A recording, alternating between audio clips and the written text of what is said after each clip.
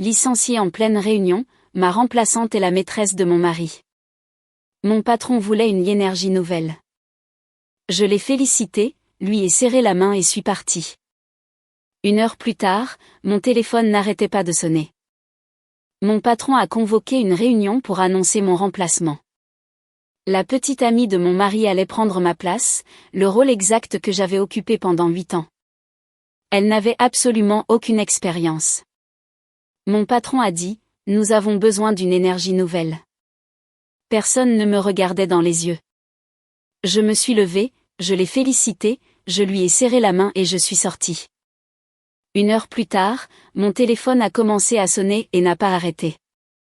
Ces 4 mots ont mis fin à 8 ans de ma vie. Et Clément les a prononcés comme s'il commentait la météo. Nous avons besoin d'une énergie nouvelle. J'étais assise dans la salle de conférence principale, entourée de 200 employés d'Aéroconcept, regardant mon patron expliquer pourquoi j'étais remplacée par une femme qui postait des recettes saines sur Instagram. Il n'a pas prononcé mon nom. Il ne m'a pas regardé. Il a juste continué à divaguer sur l'évolution, la pensée de la prochaine génération et la construction d'une marque authentique, tandis que j'étais assise là, essayant de me rappeler comment respirer. Avant de continuer, merci beaucoup d'être ici. Nous sommes sur le point d'atteindre 1 million d'abonnés et je suis incroyablement reconnaissante à chacun d'entre vous. Si vous ne vous êtes pas encore abonné, veuillez rejoindre notre famille grandissante. C'est gratuit et cela signifie vraiment tout. Maintenant, voyons ce qui s'est passé ensuite. La femme assise à côté de lui, Blandine, c'était son nom, souriait comme si elle venait de gagner un concours de beauté. Elle pensait probablement qu'elle venait de décrocher un nouveau titre prestigieux, directrice de la marque, un salaire énorme, le bureau d'angle qui était le mien. Elle n'avait aucune idée qu'elle couchait aussi avec mon mari. Ou peut-être qu'elle le savait. Peut-être que c'était juste une partie du prix d'entrée. Blandine apporte une perspective qui nous manquait auparavant, a poursuivi Clément, la désignant comme s'il lançait une nouvelle fonctionnalité logicielle. Elle comprend comment établir des liens authentiques avec les publics d'une manière que les stratégies marketing traditionnelles ne peuvent tout simplement plus atteindre. Les stratégies marketing traditionnelles. C'est ainsi qu'ils appelaient mon travail acharné maintenant. Traditionnel, inefficace, jetable. J'avais construit toute la marque Aéroconcept à partir de zéro. J'avais écrit chaque communiqué de presse, conçu chaque campagne et sécurisé chaque relation médiatique qui avait mis cette start-up sur la carte. Quand Aéroconcept n'était qu'une équipe de 10 personnes entassées autour de tables pliantes dans un garage humide de Lyon, j'étais là. Quand nous ne pouvions pas nous permettre de véritables logiciels marketing, j'étais là. Quand nous avons décroché notre premier client d'entreprise et que tout le monde a sabré du champagne bon marché, c'est moi qui ai rédigé la proposition qui a conclu l'affaire. 8 ans. J'ai donné 8 ans à cet endroit. Et Clément effaçait tout cela en une seule réunion autour de viennoiseries et de café glacé. Nous restructurons pour optimiser la croissance, a déclaré Clément. Et maintenant, enfin, il me regardait. La pitié dans ses yeux me donnait envie de jeter mon ordinateur portable contre le mur vitré. Solène a été fondamentale pour le succès d'Aéroconcept. Nous lui sommes reconnaissants pour tout ce qu'elle a construit. Elle va maintenant passer à de nouvelles opportunités. De nouvelles opportunités. Il a dit ça comme si c'était un cadeau d'adieu. Comme s'il me rendait un immense service en me licenciant devant toutes les personnes avec qui j'avais jamais travaillé. Blandine s'est levée pour parler. Je suis juste incroyablement honorée, a-t-elle dit d'une voix rauque et sifflante de quelqu'un qui n'a jamais eu à se battre pour quoi que ce soit. Je crois vraiment que la narration authentique consiste à vibrer avec l'énergie des gens, vous savez. Et j'ai littéralement hâte d'apporter ma vision à la marque Aéroconcept. Sa vision. Ma marque. Celle que j'avais créée alors qu'elle était probablement encore dans une résidence étudiante à apprendre à utiliser les filtres Instagram. J'ai regardé autour de la pièce. Benoît, de mon équipe, fixait ses chaussures. Nicole regardait ses genoux. Camille, mon assistante de direction, avait des larmes silencieuses coulant sur son visage. Le reste de mon département marketing était complètement rigide, comme si un spasme les rendait complices. Mais d'autres personnes hochaient la tête, souriaient, certaines même applaudissaient. Surtout les jeunes recrues récentes, celles qui croyaient vraiment qu'une énergie nouvelle comptait plus qu'un véritable retour sur investissement. Mon téléphone a vibré dans la poche de mon blazer. Puis encore et encore. Je l'ai sorti juste assez pour jeter un coup d'œil à l'écran. 23 appels manqués. Des SMS de journalistes tech demandant ce qui se passait. Des captures d'écran d'un post Instagram que Blandine avait fait ce matin-là, annonçant son nouveau rôle avant même que je sache que je perdais le mien. Sur la photo, j'étais floue en arrière-plan, mais mon visage était indéniable. Il montrait tout ce que je ressentais en ce moment. Choc, trahison, dévastation, et elle l'avait quand même posté. Elle avait transformé le pire moment de ma carrière en son contenu. Clément continuait à parler. Nous aurons des réunions de transition cette semaine pour discuter de la logistique. Solène formera Blandine sur les campagnes actuelles et les relations clients. La former. Il voulait que je forme mon remplacement. La femme qui couchait avec mon mari. La femme qui avait volé mon travail. Il voulait que je sourie, que je sois professionnelle, et que je leur remette 8 ans de sang, de sueur et de larmes comme si cela ne signifiait rien. Accueillons tous Blandine et soutenons-la pendant cette transition, a déclaré Clément. C'est une évolution passionnante pour Aéroconcept. Évolution.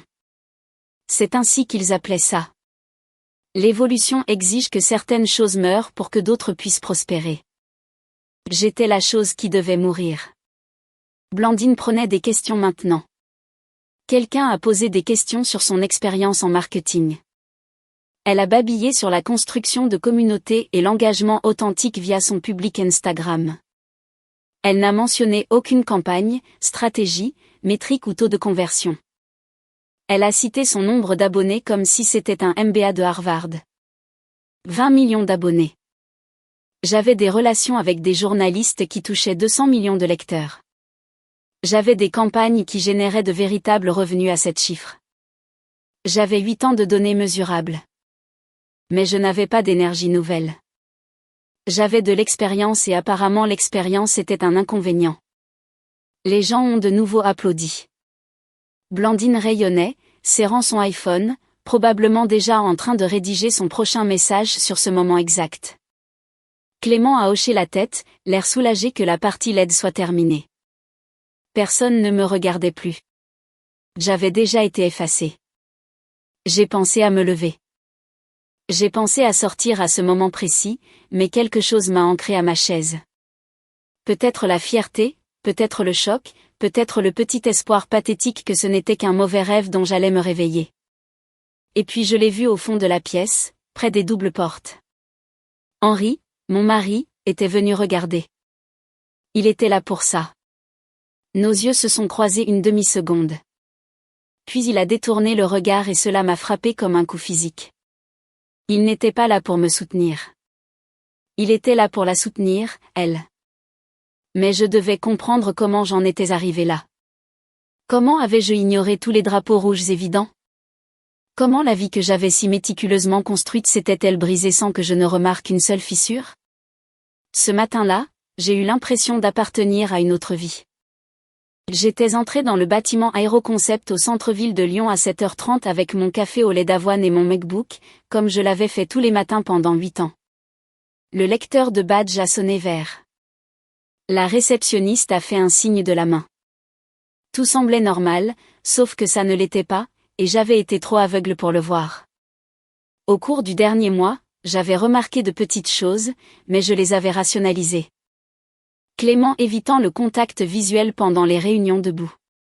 Les approbations budgétaires mystérieusement retardées. Les employés juniors que j'avais encadrés devenant soudainement silencieux quand j'entrais dans la salle de pause. Mon équipe agissant de manière nerveuse comme si elle marchait sur des œufs autour de moi. Je me suis dit que ce n'était que des douleurs de croissance standard pour une start-up. Les entreprises pivotent lorsqu'elles évoluent. Les rôles changent. Les dynamiques évoluent. J'avais survécu à des remaniements organisationnels auparavant. Cela semblait différent, mais je ne pouvais pas dire pourquoi. Ce matin-là, j'étais passé devant la salle de conférence où, il y a 5 ans, j'avais présenté notre premier client d'entreprise majeure. À l'époque, nous étions 10 jeunes avec des bureaux en kit. Maintenant, nous occupions 3 étages et avions 200 employés. J'avais été l'architecte de cette croissance. J'ai conçu le message qui a attiré les capital risqueurs. J'ai établi les liens médiatiques qui nous ont valu des articles élogieux dans French Tech Actualité et Capital. J'ai construit le récit qui a transformé Aéroconcept d'un obscur outil SaaS en un poids lourd de l'industrie. Le mur de presse dans le couloir principal le prouvait. Articles encadrés, récompenses de l'industrie, badge VIP des grands salons tech où j'avais représenté l'entreprise. Je passais devant ce mur tous les jours, ressentant une fierté féroce. Je ne savais pas que Clément avait déjà décidé que rien de tout cela n'avait plus d'importance. Ce matin-là, je me suis arrêté au bureau de Benoît. C'était l'une de mes meilleures recrues, un jeune rédacteur que j'avais risqué d'embaucher il y a 3 ans, alors que d'autres cabinets ne lui auraient même pas accordé d'entretien. Maintenant, il dirigeait toute notre stratégie de contenu. « Bonjour », ai-je dit. « Prêt pour la réunion générale ?» Il a levé les yeux et son visage a fait quelque chose d'étrange. Ce n'était pas tout à fait de la culpabilité et ce n'était pas tout à fait de la peur, quelque chose d'horrible entre les deux. Oui, ça devrait être intéressant. Savez-vous de quoi il s'agit ? Clément n'avait pas dit. Il a regardé ses écrans beaucoup trop vite. J'aurais dû le presser. J'aurais dû lui demander pourquoi il avait l'air si incroyablement mal à l'aise. Mais j'étais distraite, ajustant mentalement la présentation de la campagne et du 4e trimestre que je devais livrer à un client demain. J'étais tellement concentrée sur mon travail que je n'ai pas remarqué que mon travail avait cessé d'exister. Camille, mon assistante, m'attendait à la porte de mon bureau. Elle était avec moi depuis 4 ans. Je connaissais les noms de ses enfants, les horaires de travail de son mari, les problèmes de santé de sa mère. Nous avions célébré des promotions et survécu à des cauchemars de relations publiques ensemble. Elle était plus qu'une assistante. Elle était de la famille. « Bonjour », ai-je dit, déverrouillant la porte. « Quels sont les dégâts aujourd'hui ?» Elle a hésité une fraction de seconde. « La réunion générale à midi. Clément veut que tout le monde soit là. Savez-vous de quoi il s'agit ? » Une autre micro-pause. Il a juste dit que c'était une mise à jour majeure de l'entreprise. J'ai supposé que c'était l'annonce de notre tour de financement de série C. Nous nous étions tués à la tâche pendant des mois. J'avais construit tout le dossier d'investissement, des semaines à affiner chaque diapositive, chaque proposition de valeur, chaque métrique. Je pensais que cette réunion était le tour d'honneur. Mon Dieu, j'étais stupide. À 11h30, j'ai pris mon carnet et me suis dirigé vers la salle de conférence principale. Le couloir était un flot de personnes se déplaçant dans la même direction, mais le bourdonnement habituel était absent. Normalement, avant ces réunions, il y avait un buzz, des spéculations sur ce que Clément dirait, des paris sur la durée de ses divagations, des bavardages sur les plans du week-end sur les bords du Rhône. Aujourd'hui, tout le monde marchait en silence total. Et quand je les croisais, ils regardaient le sol. J'ai pris ma place habituelle, 3e rangée au centre, et j'ai sorti mon téléphone en attendant que les choses commencent. C'est là que les notifications m'ont frappé. 23 appels manqués, 47 SMS au cours de la dernière heure seulement. Sophie Mercier, la journaliste tech avec qui j'avais travaillé pendant 5 ans. Solène, qu'est-ce qui se passe ? Est-ce réel ? Blanche Lambert, CMO d'une entreprise rivale. Appelle-moi. Quelque chose ne va pas du tout. David Leroy de notre agence de relations publiques externes. Nous devons parler dès que possible.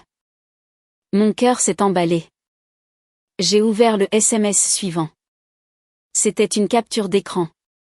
Un post Instagram d'un compte nommé Blandine Vib posté il y a 1 heure. La photo montrait une jeune femme dans le hall d'Aéroconcept prenant un selfie miroir. Elle souriait et la légende disait « Nouvelle ère ». Tellement bénie d'annoncer mon nouveau rôle de directrice de marque chez Aéroconcept. Quand on croit en soi, l'univers nous le rend. Manifestation Girlboss directrice de marque. Mon rôle, mon entreprise, mon hall. Et en arrière-plan de la photo, légèrement flou, j'étais moi en train de passer. Mon visage était complètement visible, capturant le microseconde exact de confusion et de dévastation imminente que je ne savais même pas que j'allais ressentir. Elle avait diffusé mon exécution publique avant même que je ne sois attaché à la chaise. Puis Clément est entré, Blandine le suivant, et mon monde s'est effondré en direct. La réunion s'est terminée. Clément a remercié tout le monde pour leur flexibilité pendant cette transition. Les gens ont commencé à se lever, à prendre leurs ordinateurs portables et à sortir pour déjeuner comme si la terre ne venait pas de s'ouvrir. Je suis resté figé sur ma chaise. Mon équipe s'attardait, l'air affreusement mal à l'aise. Camille m'a touché l'épaule. Solène. Je me suis levé. Mes genoux étaient comme de l'eau, mais ils ont tenu. J'ai marché directement jusqu'à l'avant de la pièce où Blandine riait à quelque chose que Clément disait, l'air beaucoup trop à l'aise dans l'empire que j'avais construit. Félicitations, ai-je dit. Ma voix était étonnamment ferme. Même Blandine a semblé un peu surprise. De près, elle avait l'air encore plus jeune. 25 ans. Oh, merci. Elle a tendu la main. Je lui ai serré. Sa poignée était pathétique. Je suis super excitée d'apprendre de tout ce que vous avez construit.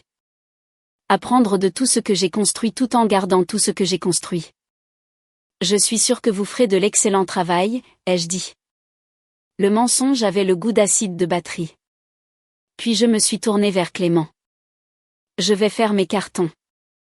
Je suis sortie de la salle de conférence, j'ai descendu le couloir, je suis passée devant le bureau qui portait encore mon nom gravé sur le verre dépoli, devant le mur de presse que j'avais organisé, devant la salle de pause où j'avais passé une nuit blanche à concevoir notre premier logo.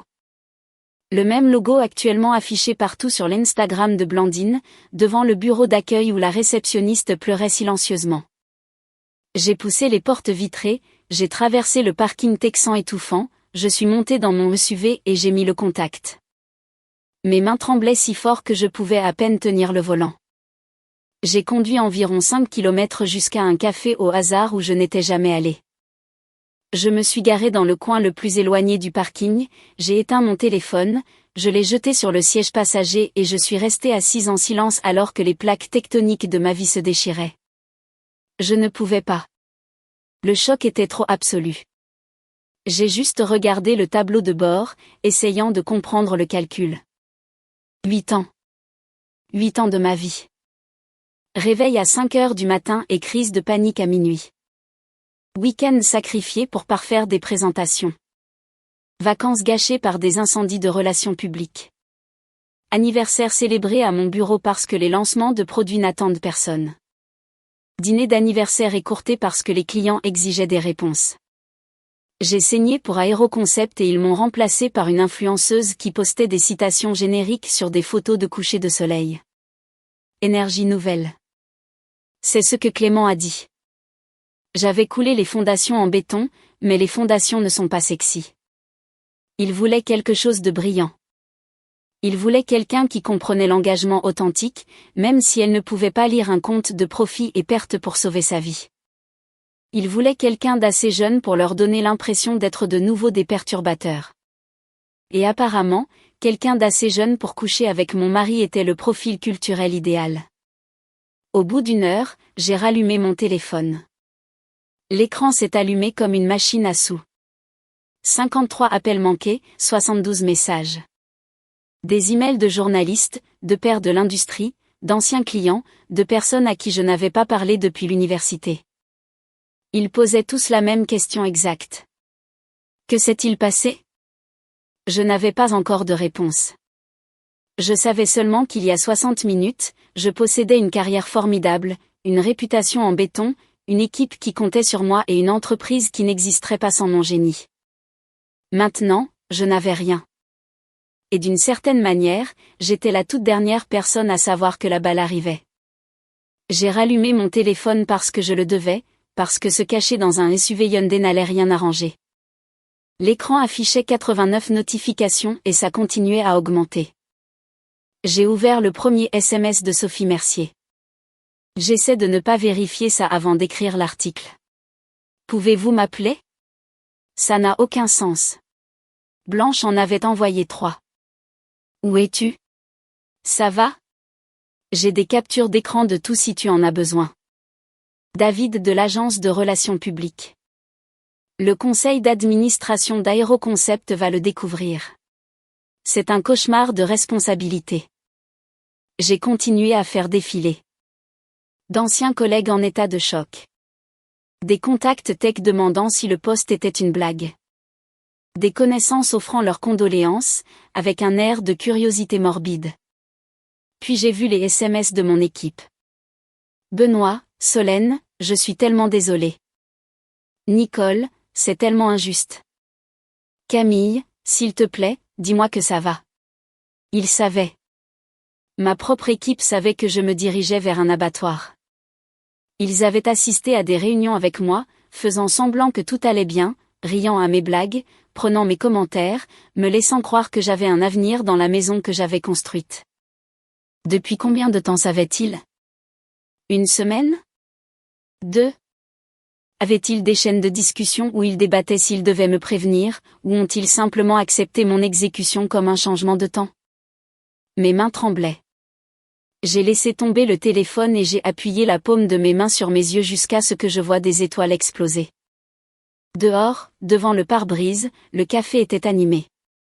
Des gens commandaient des cafés glacés, tapaient sur des ordinateurs portables, avaient des conversations agressivement normales sur des problèmes normaux. Leurs univers étaient intacts. Le mien venait de devenir une supernova, et personne à 5 mètres de là n'avait la moindre idée que j'étouffais dans l'épave.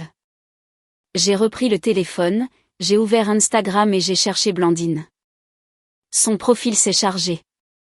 201 000 abonnés. Elle en avait gagné 1000 depuis ce matin.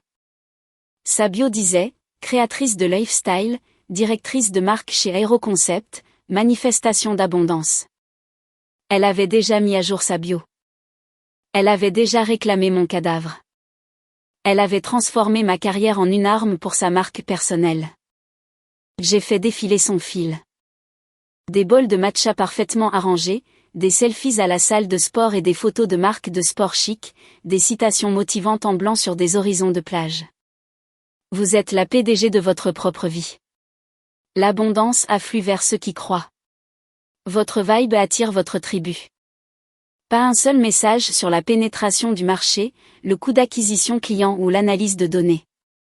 Juste de jolies esthétiques et des platitudes creuses qui avaient d'une manière ou d'une autre hypnotisé Clément au point de lui confier un poste de cadre à 6 chiffres. J'ai continué à faire défiler et puis je l'ai vu. Un poste d'il y a 6 mois, Blandine dans un restaurant branché du centre-ville de Lyon souriant à la caméra et en arrière-plan, légèrement flou mais indéniablement clair, il y avait Henri. Mon Henri assis en face d'elle, riant. 6 mois. Ils étaient ensemble depuis au moins 6 mois, et j'étais complètement aveugle. J'ai zoomé. Henri portait la chemise bleue sur mesure que je lui avais achetée pour son anniversaire. Celle qu'il disait aimer mais prétendait être trop chic pour les soirées en tête-à-tête avec moi. Il la portait pour elle. La légende disait, les meilleures conversations avec la meilleure compagnie. Parfois, l'univers met exactement les bonnes personnes sur votre chemin. 40. 3 commentaires élogieux sur sa beauté. Personne ne demandait qui était l'homme plus âgé en arrière-plan. Personne ne demandait s'il avait une femme à la maison. Juste une chambre d'écho numérique célébrant son bonheur alors qu'il démantelait le mien. J'ai fait défiler jusqu'à son dernier poste, celui annonçant mon poste. Elle était là dans le hall d'Aéroconcept faisant un signe de la paix et j'étais là en arrière-plan. Mon visage disait tout. La réalisation dévastatrice se manifestant en temps réel. Elle avait monétisé mon point le plus bas.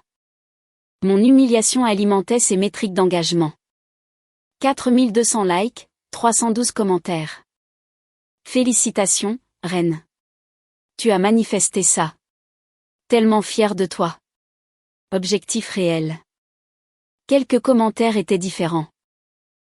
Qui est la femme dévastée en arrière-plan?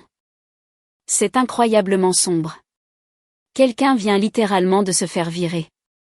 Mais la grande majorité s'en moquait. Il ne voyait qu'une jolie fille qui gagnait. Il ne savait pas que son succès était basé sur du sabotage d'entreprise, de l'infidélité et l'assassinat calculé de la subsistance d'une autre femme. Un commentaire m'a fait figer. Un utilisateur que je ne suivais pas a écrit, c'est Solène. Elle a littéralement construit toute la marque Aéroconcept. C'est dégoûtant. Quelqu'un savait. J'ai cliqué sur le profil.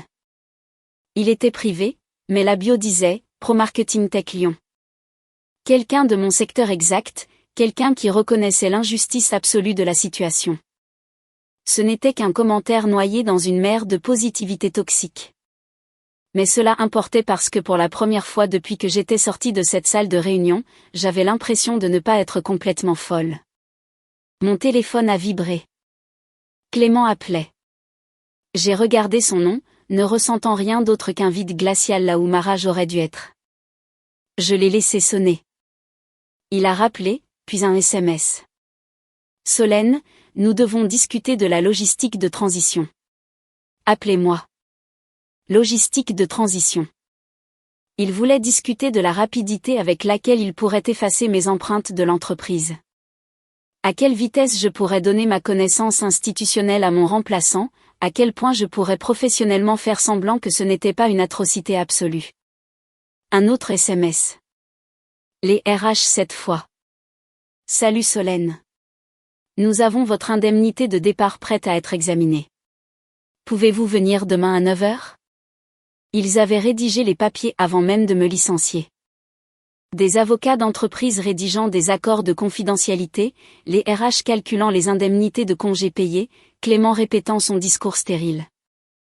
Pendant que j'étais assise à des réunions stratégiques, pensant que j'étais indispensable, ils me mesuraient pour un cercueil. La vraie trahison n'était pas le licenciement. C'était la préméditation. La chorégraphie conçue pour faire en sorte que ma sortie ressemble à une évolution naturelle plutôt qu'à un coup monté. J'ai repensé au mois dernier, au drapeau rouge que j'avais délibérément ignoré. Clément évitant mes yeux. Mon budget gelé. Les réunions de direction tenues à huis clos. Les RH reportant mon évaluation de performance du 3e trimestre. Ils avaient orchestré toute la chose et j'étais trop occupée à maintenir les lumières allumées pour remarquer qu'ils vendaient le bâtiment. Puis le téléphone a sonné à nouveau. Henri. Cette fois, j'ai répondu. Quoi, ai-je lancé? Solène, j'ai entendu ce qui s'est passé. Ça va? J'ai entendu ce qui s'est passé. J'ai laissé échapper un rire sec et rauque. Comme si tu n'étais pas au fond de la pièce à regarder l'exécution. Silence. Je sais que tu es en colère, a-t-il finalement dit. Je t'ai vu, Henri, près des portes. Plus de silence. Je pensais que ce serait mieux si j'étais là pour te soutenir. Soutenir? Tu étais là pour la soutenir, elle? Ta petite amie, l'influenceuse qui vient de voler ma carrière. Ce n'est pas. C'est compliqué. Non, c'est remarquablement simple. Tu couches avec elle depuis au moins 6 mois. Tu as utilisé tes relations dans l'industrie pour la faire embaucher dans mon entreprise. Tu as orchestré ma ruine professionnelle pour pouvoir te permettre de me quitter. Ce n'est pas ce qui s'est passé. Éclaire-moi. Puis un long et lourd soupir au bout du fil. J'ai fait des erreurs. Mais ce n'est pas seulement ma faute, Solène. Tu as été tellement obsédée par Aéroconcept pendant des années que tu as cessé de remarquer tout le reste. Notre mariage est mort depuis longtemps. Tu as juste refusé de le voir. Cela m'a frappé comme une gifle physique. Il essayait de retourner la situation. Il essayait de faire de ma dévastation ma propre faute, mon ambition, ma cécité. Et le plus malade, c'est qu'il y avait d'un grain de vérité microscopique là-dedans. Oui, j'étais obsédée par Aéroconcept. Oui, j'ai manqué les signes, mais je n'ai pas incendié notre maison. Je n'ai pas menti. Je n'ai pas paralysé financièrement un autre être humain pour améliorer ma vie. Tu as raison, ai-je dit, ma voix tombant à un murmure terrifiant et calme. Je ne l'ai pas vu. Je n'ai pas vu que mon mari depuis 19 ans était capable de ce niveau de pure sociopathie. J'ai manqué beaucoup de choses, Henri, mais tu t'es assuré que je le fasse. Solène, j'ai raccroché. Il a rappelé tout de suite. J'ai éteint complètement le téléphone et je l'ai jeté dans la boîte à gants. Je suis resté dans ce parking pendant une autre heure, regardant des Lyonnais entrer et sortir du café, vivant leur vie intacte pendant que la mienne se vidait de son sang. Puis j'ai démarré la voiture et j'ai roulé jusqu'à la maison en banlieue qu'Henri et moi avions achetée il y a 12 ans. L'endroit qui était censé être mon sanctuaire, mais qui ne me semblait plus qu'une autre propriété dont j'allais être expulsé. J'avais besoin de parler à Hélène. J'avais besoin de comprendre ce qui se passait. J'avais besoin de savoir ce que ma fille de 17 ans savait pendant que je traversais un désastre en somnambule. Hélène était assise sur les marches du perron quand je me suis garé. Elle n'aurait pas dû être à la maison. Il n'était que 14h30 un mercredi. Le lycée ne se terminait pas avant 15h15, et elle avait habituellement un entraînement de débat jusqu'à 17h, mais elle était là, son lourd sac à dos affalé à côté d'elle, les genoux ramenés à sa poitrine, le visage enfoui dans ses bras. J'ai coupé le moteur et je l'ai regardée à travers le pare-brise pendant une seconde. Ma brillante, féroce adolescente, la gamine qui me disait tout, qui courait vers moi avec chaque mauvaise note et chaque trophée de tournoi de débat. Maintenant, elle avait l'air écrasée par un poids physique. Elle a levé les yeux quand la portière de la voiture a claqué. Ses yeux étaient injectés de sang et gonflés. Le mascara traçait des marques sombres et irrégulières sur ses joues. Elle avait pleuré pendant des heures. Maman, a-t-elle étouffé, sa voix se brisant sur la syllabe. J'ai monté les marches de béton et je me suis assise à côté d'elle. La chaleur du sud de la France irradiait du perron, mais j'avais froid. Pourquoi n'es-tu pas à l'école? Je ne pouvais pas rester. Pas après avoir vu. Elle s'est arrêtée et une nouvelle vague de larmes a coulé. Je suis tellement désolée. J'aurais dû te le dire. Ma poitrine s'est serrée. Me dire quoi, Hélène? Elle s'est essuyé le visage avec le dos de sa manche, étalant encore plus le maquillage noir. Pouvons-nous juste entrer, s'il te plaît? Nous sommes entrés dans la maison où nous vivions depuis plus d'une décennie. La même cuisine ouverte où nous avions eu 1000 conversations matinales banales. Les comptoirs de quartz avaient exactement le même aspect qu'à 7 heures du matin, mais toute la maison semblait contaminée. J'ai versé 2 verres d'eau glacée. Aucune de nous n'a bu. Nous nous sommes assises à l'îlot de cuisine, et Hélène a regardé ses mains comme si elle ne pouvait pas supporter de regarder mon visage. Hélène, quoi que ce soit, tu dois me le dire. Elle a pris une respiration rauque et tremblante. Papa t'a menti sur tout et je savais. Je savais depuis des mois, maman. Je ne t'ai pas dit, et je me déteste pour ça. Les mots ont atterri comme des coups de marteau, même si mon intuition m'avait déjà préparé à l'impact. Depuis combien de temps sais-tu? Depuis juin. 6 mois. Sa voix était un murmure effiloché. J'ai trouvé des SMS sur son iPad. Je l'utilisais pour un projet d'histoire et des notifications ne cessaient d'apparaître de quelqu'un nommé Blandine. Elle s'est effondrée, enfouissant son visage dans ses mains. Ils sont ensemble, maman. Genre, vraiment ensemble? Les choses qu'il lui disait. Je ne peux même pas les répéter. Juin, il y a 6 mois. En juin, Henri et moi avions célébré notre anniversaire. Il m'a emmené dans un restaurant chic du centre-ville. Il m'a tenu la main sur la nappe blanche et m'a dit à quel point il avait de la chance d'avoir construit une vie avec moi. Et pendant tout ce temps, il envoyait des SMS à une influenceuse d'une 20aine d'années, élaborant un plan pour une vie qui ne m'incluait pas. L'as-tu confronté?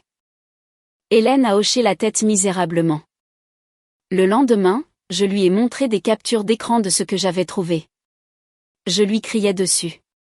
Je lui ai dit qu'il devait te le dire ou que j'allais le faire. Qu'a-t-il dit? Il m'a supplié de ne pas le faire. Elle a levé les yeux, ses yeux furieux et le cœur brisé. Il a dit que ce n'était pas ce que ça semblait être. Il a juré qu'il y mettait fin. Il m'a dit que si je te le disais, je serais la raison pour laquelle notre famille exploserait. Il m'a fait promettre de lui laisser le temps de régler ça seul. Les larmes tombaient maintenant sans retenue. Il a dit, si tu lui dis, ce sera de ta faute si nous divorçons. Il a dit que tu étais tellement stressé à la start-up et que le fait de le découvrir te pousserait à bout. Il l'a présenté comme si te dire la vérité te détruirait littéralement. J'ai ressenti un claquement viscéral à l'intérieur de ma cage thoracique. Le son de mon dernier lambeau de grâce pour Henri s'évaporant. Hélène, regarde-moi, ai-je dit, ma voix autoritaire et nette.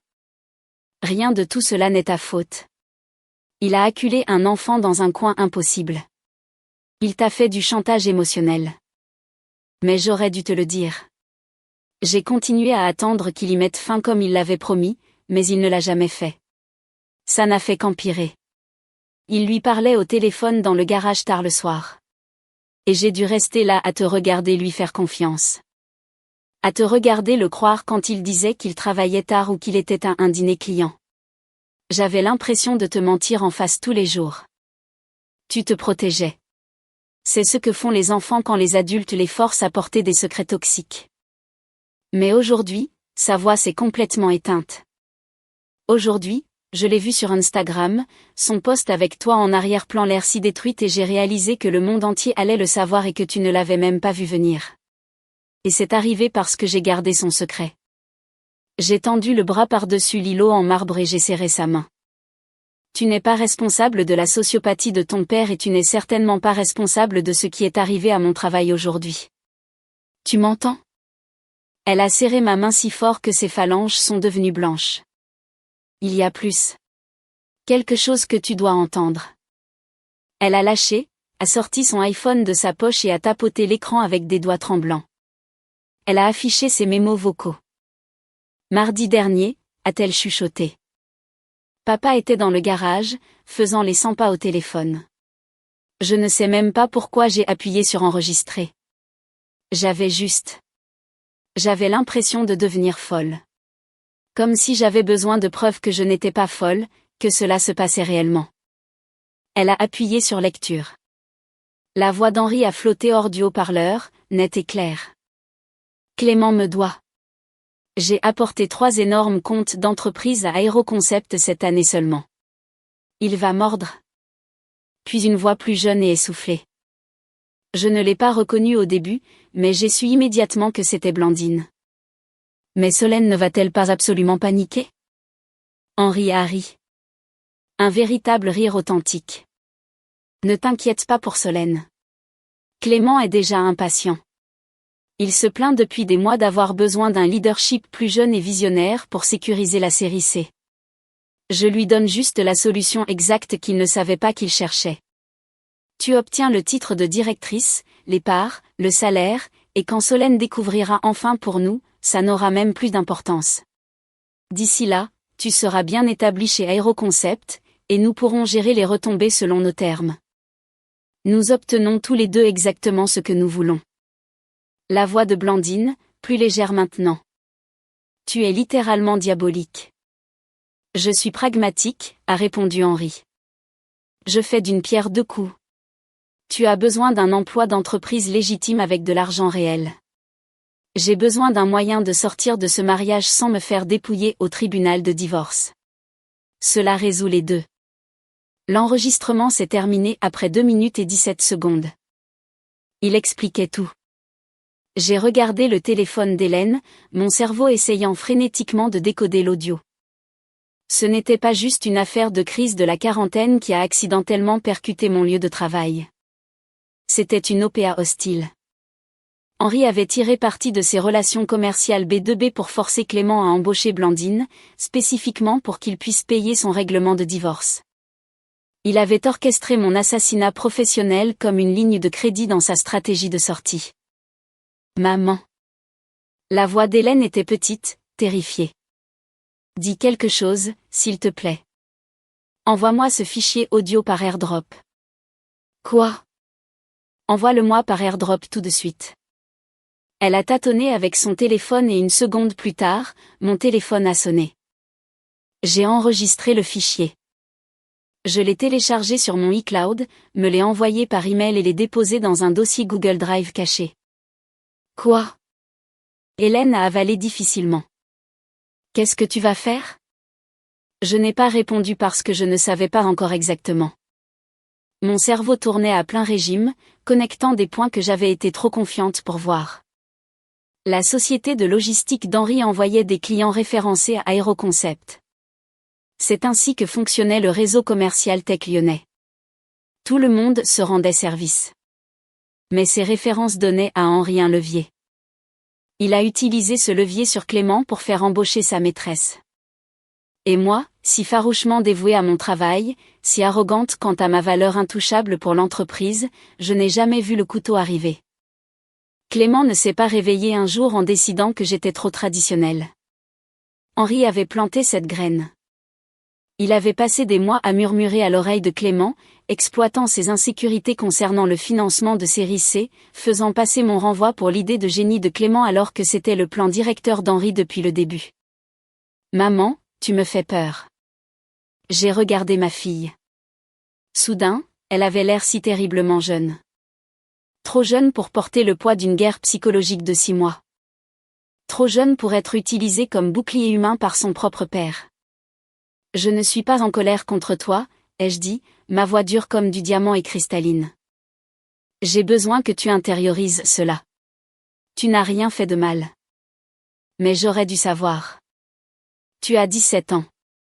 Un adulte en qui tu étais censé pouvoir implicitement faire confiance t'a manipulé pour se protéger et me détruire. C'est son péché, Hélène. Pas le tien.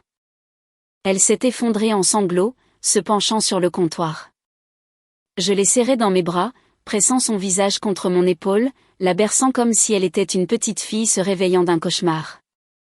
Je pensais qu'il arrêterait, a-t-elle gémi dans ma chemise. Je pensais qu'il réaliserait que c'était mal et qu'il te le dirait et que nous pourrions aller en thérapie et arranger ça. Mais il a juste continué à mentir. Il a continué à te mentir en face. Je sais, mon bébé. Je sais. Nous sommes restés ainsi longtemps, nous tenant l'une l'autre pendant que les fondations de notre famille se réduisaient en cendres. La maison semblait étrangère maintenant. Ce n'était pas un foyer. C'était une scène de crime où les trahisons étaient élaborées autour d'un café matinal. Finalement, Hélène s'est reculée et s'est essuyé le visage avec un essuie-tout. Alors, que se passe-t-il maintenant? Je ne connais pas encore les étapes exactes. Mais nous allons nous en sortir. Tu vas divorcer? La question était directe, pratique. Oui, Hélène. Je le ferai. Elle a hoché la tête, l'air presque soulagé. Bien. C'est un déchet. Mon téléphone a commencé à vibrer sur le comptoir. Je l'avais sorti de la boîte à gants en entrant et le flot de notifications déferlait à nouveau. 37 appels manqués, 62 SMS. J'ai décroché et j'ai commencé à balayer. D'autres SMS de panique de journalistes. Des dizaines de Clément. Chacun sonnant plus désespéré que le précédent. 3 emails des RH essayant de forcer mon entretien de départ. Puis j'ai vu un SMS de Blanche Lambert. Appelle-moi immédiatement. Blandine poste des TikTok depuis le bureau d'Aéroconcept et elle capture des pays hautement classifiés en arrière-plan. C'est un incendie à 5 alarmes. J'ai ouvert Instagram et j'ai cherché à nouveau le nom d'utilisateur de Blandine. Elle avait posté 4 fois de plus depuis son annonce du matin. Le premier était une vidéo, « Prépare-toi avec moi pour mon premier jour en tant que fille corporate », tournée dans ce qui ressemblait à un appartement de luxe en centre-ville. Des vêtements de créateur jetés sur une couette impeccable. Maquillage de marque branché parfaitement mis en scène. Sa voix off, premier jour en tant que directrice de marque, je tremble encore littéralement. La manifestation fonctionne, les gars. Le second était un autre selfie dans le hall, faisant un signe de paix. Légende, entrer dans mon nouvel empire comme si j'en étais la propriétaire, parce que c'est un peu le cas. Le troisième était celui dont Blanche m'avait averti, une visite vidéo du bureau. Blandine marchait dans l'open space d'Aéroconcept, décrivant les « vibes incroyables » et le « super café glacé » à disposition, mais elle n'avait absolument aucune idée de ce qu'elle filmait. Elle a filmé un salon de guerre vitré où l'équipe produit avait laissé la feuille de route du 4e trimestre sur les tableaux blancs. Des fonctionnalités hautement confidentielles que nous n'avions pas annoncées, des calendriers de lancement, des stratégies de prise échelonnées, exactement le genre d'informations que nos concurrents voudraient à tout prix. Puis elle s'est filmée assise à un bureau, mon bureau, et juste derrière elle, Complètement lisible sur ma crédence, se trouvait une pile de diapositives imprimées. J'ai pincé et zoomé sur l'écran. C'était le dossier d'investissement de série C, celui que Clément devait présenter au capital risqueur de la Défense la semaine prochaine. Il affichait notre coût d'acquisition client, notre taux d'épuisement des liquidités et une analyse SWOT soulignant nos plus graves vulnérabilités. Blandine venait de divulguer des données d'entreprises propriétaires hautement confidentielles à 201 000 abonnés parce qu'elle voulait avoir l'air esthétique sur Internet. Le quatrième message était un boomerang d'elle tenant une tasse isotherme de marque Aéroconcept. Obsédée par mes nouveaux goodies d'entreprise. Les commentaires affluaient par milliers. Principalement des émojis de cœur, mais le ton de la communauté tech changeait. Et, ce sont des données de produits internes sur le tableau blanc. Vous venez de divulguer les données financières de la série C? Quelqu'un va se faire virer aujourd'hui. C'est la chose la plus non professionnelle que j'ai jamais vue. J'ai fait des captures d'écran de tout, chaque publication, chaque commentaire, chaque image de la vidéo où les informations classifiées étaient visibles. Puis j'ai répondu à Blanche. J'ai les captures d'écran et j'ai quelque chose d'autre. Quelque chose sur la façon exacte dont elle a été embauchée. Puis-je vous voir demain? La réponse de Blanche a été instantanée. Oui, mon bureau dans le quartier d'affaires. 9 heures, apportez tout. J'ai levé les yeux vers Hélène, qui me regardait avec des yeux gonflés. Nous allons nous en sortir. Je te le promets. Comment sais-tu? Parce que j'ai passé les 8 dernières années à construire quelque chose de réel. Ton père et Blandine l'ont détruit en un jour, mais ils ne m'ont pas détruite, moi. Ils m'ont juste montré exactement qui ils sont.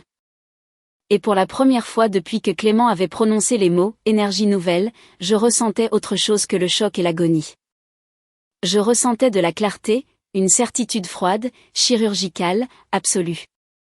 Cette nuit-là, après qu'Hélène soit allée dans sa chambre, je me suis assise seule à l'îlot de cuisine avec mon MacBook et j'ai commencé à démanteler ma propre vie de manière forensique. La maison était d'un silence suffocant. Normalement, Henri serait en bas à regarder une chaîne de sport, existant dans l'espace que nous avions partagé pendant une décennie. Ce soir, il était parti. Je ne savais pas où il était et je m'en fichais. Je me suis connectée à nos comptes bancaires joints, quelque chose que je n'avais pas examiné depuis des mois, peut-être plus d'1 an. Henri gérait les finances quotidiennes. J'étais la principale source de revenus. Mon salaire chez Aéroconcept dépassait les 180 000 € avant les actions, mais il payait le loyer, gérait les services publics, s'occupait des cartes de crédit. Je lui faisais confiance. Je lui faisais confiance de ma vie. J'ai commencé à récupérer les relevés bancaires des 12 derniers mois. J'ai trouvé des frais dans des restaurants chics de Lyon où je n'avais jamais mis les pieds. Geffre 340 €. Buchy 240 €. Eberly 150 €. Tous facturés sur notre visa conjointe. Des dîners auxquels je n'étais pas invitée. Puis j'ai trouvé un virement récurrent de 2 800 € chaque mois pendant les 7 derniers mois. La description du fournisseur indiquait « Solution de stockage premium ». Nous n'avions pas de garde-meubles. Nous avions parlé d'en louer un lorsque nous avons nettoyé le garage le printemps dernier, mais nous n'avons jamais franchi le pas. J'ai cherché « Solution de stockage premium Lyon » sur Google. Rien n'est apparu. Pas de site web, pas d'enregistrement de SARL, rien. J'ai continué à tirer le fil. Retrait au guichet automatique, de gros montants. 500 € ici, 800 € là. Toujours le jeudi, toujours d'un guichet automatique près du bureau d'Henri. 12 retraits au cours des 6 derniers mois, totalisant près de 9 000 € en espèces intraçables. Mes mains sont devenues engourdies. J'ai ouvert un nouvel onglet et me suis connecté à notre ligne de crédit garantie par l'immobilier, que nous avions ouverte il y a 3 ans pour les réparations d'urgence, et qui était censée contenir 50 000 € intacts. Le solde disponible était de 3 200 €. Nous avions retiré 46 800 €. J'ai regardé l'écran, mon cerveau refusant de traiter les chiffres. Je n'avais jamais autorisé ces retraits. Je n'avais jamais rien signé. Henri devait avoir falsifié ma signature numérique ou utilisé son accès conjoint pour vider la ligne de crédit sans déclencher d'alerte sur mon téléphone. Le capital de notre maison, le filet de sécurité financière que je m'étais tué à construire. L'épargne pour les études d'Hélène avait disparu. J'ai vérifié l'historique des transactions. Le premier retrait datait d'il y a 18 mois, 5 000 euros. Puis un autre de 8 000 euros 2 mois plus tard. Les montants sont devenus plus importants et plus fréquents. Le plus récent remontait à 3 semaines, 6 500 euros. Où diable sont passés 46 000 euros? J'ai ouvert une nouvelle fenêtre et me suis connecté au compte Gmail d'Henri. Je connaissais son mot de passe. Il utilisait la même variation de notre année d'anniversaire pour tout, et je n'avais jamais eu de raison de fouiller avant. Un éclair microscopique de culpabilité m'a frappé pour avoir envahi sa vie privée, mais je me suis souvenu qu'il venait d'orchestrer mon exécution professionnelle et la culpabilité a disparu. J'ai tapé « paiement » dans sa barre de recherche. Des centaines de résultats sont apparus. J'ai commencé à ouvrir des reçus d'un domaine appelé pokerliteo.com. Un syndicat de jeux en ligne offshore non réglementé. De petits dépôts au début, 50 euros, 100 euros, puis cela a fait boule de neige. Il avait dépensé des dizaines de milliers d'euros au cours des 2 dernières années à jouer au poker en ligne à fort enjeu. Puis j'ai trouvé les emails de quelqu'un nommé Julien Moreau. Sujet comme « Calendrier de paiement, nous devons discuter de votre solde. » Dernier avertissement, action rapide. Je les ai ouverts. Mon estomac s'est effondré. Julien Moreau était un bookmaker agissant comme collecteur de dettes. Le ton a commencé vaguement professionnel et a rapidement dégénéré en pure extorsion. J'ai été patient, Henri, mais j'ai besoin du virement avant le 1er du mois. Les intérêts s'accumulent quotidiennement. Cela va sérieusement affecter votre réputation professionnelle si vous ne réglez pas cette situation. Henri devait 47 000 euros à Julien Moreau. J'ai continué à fouiller. J'ai trouvé des emails entre Henri et Blandine. Pas les horribles emails romantiques. Hélène avait trouvé les emails financiers. Reçu Venmo. Henri envoyait à Blandine 2 800 euros chaque mois le premier, solution de stockage premium. Il payait le loyer de son appartement de luxe en centre-ville avec notre argent tout en complotant activement pour lui obtenir mon poste de cadre. Il y avait d'autres virements aussi. Meubles de marque, une facture de mécanicien pour son Range Rover, facture de téléphone portable. Henri avait financé tout le style de vie de sa maîtresse, utilisant le capital de notre maison familiale tout en démantelant ma carrière pièce par pièce. Je me suis reculée de l'îlot, réellement nauséeuse. L'ampleur de la tromperie était à couper le souffle. Ce n'était pas juste une affaire de crise de la quarantaine. C'était une fraude financière de niveau criminel. C'était calculé, soutenu et purement malveillant. Et puis j'ai trouvé l'email qui a tout aggravé. Un email d'il y a 3 mois de Julien Moreau à Henri. Objet, proposition. Henri, j'ai une solution qui nous sort tous les deux de l'impasse. Je consulte pour les startups tech, les aidant à optimiser leur croissance et à se développer vers l'acquisition. Aéroconcept est exactement le type de cible dont j'ai besoin. Si vous pouvez obtenir de Clément qu'il me rencontre et qu'il m'engage comme conseiller externe en croissance, j'effacerai 130 000 euros de votre compte. J'ai besoin d'un pied dans une bonne entreprise de série B. Faites-moi savoir si vous avez les moyens de le faire. La réponse d'Henri, je peux le faire. J'ai un levier sur Clément avec mes références B2B. Laissez-moi manœuvrer. Un autre email. 2 mois plus tard. Julien, comment ça se présente pour Aéroconcept? Henri, mieux que prévu. Clément est paranoïaque au sujet de leur métrique marketing qui affecte la valorisation de la série C. Je lui ai nourri le récit selon lequel ils ont besoin d'un leadership jeune et visionnaire qui comprend la croissance virale. Je pense que je peux manœuvrer ma fille Blandine dans le rôle de directrice. Une fois qu'elle est en place, elle vous engage comme consultant. Clément fera confiance parce que cela ressemble à une initiative de recrutement interne. Vous obtenez votre contrat de consultant. Ma dette est effacée. Tout le monde gagne, Julien. Tout le monde sauf votre femme, Henri. Henri. Solène retombera sur ses pieds. C'est une bourreau de travail. Et honnêtement, notre mariage est un champ de ruines depuis des années. Cela ne fait qu'accélérer l'inévitable. J'ai lu l'échange 3 fois. Ma vision s'est brouillée, puis s'est aiguisée en haute définition. Julien Moreau n'était pas seulement un bookmaker. Il dirigeait une entreprise d'infiltration. Il mettait intentionnellement les cadres tech endettés par le jeu, puis utilisait cette dette pour les faire chanter afin qu'ils lui donnent un accès dérobé à des startups vulnérables. Henri ne me trompait pas seulement et ne me volait pas mon travail. Il facilitait activement l'espionnage industriel. J'ai ouvert un nouvel onglet et j'ai cherché Julien Moreau. Son LinkedIn le décrivait comme un consultant indépendant spécialisé dans l'optimisation opérationnelle et la mise à l'échelle rapide pour les marques tech émergentes. J'ai creusé plus loin. J'ai trouvé un fil Reddit dans le sous-forum Air Startup d'il y a 2 ans. Un fondateur mettait en garde la communauté contre un consultant qui avait extrait des données propriétaires, les avait vendues à une entreprise rivale et avait disparu juste avant que l'entreprise ne fasse faillite. Aucun nom n'était mentionné, mais le modus operandi était identique. J'ai trouvé un article Medium sur une fuite de données chez une entreprise SaaS qui a été mystérieusement acquise pour une bouchée de pain peu de temps après avoir fait appel à un mystérieux gourou de la croissance. La chronologie correspondait parfaitement au CV de Julien. C'était un parasite d'entreprise. Il saignait les startups à blanc et vendait leurs organes sur le marché noir. Et Henri venait de lui donner les clés d'Aéroconcept.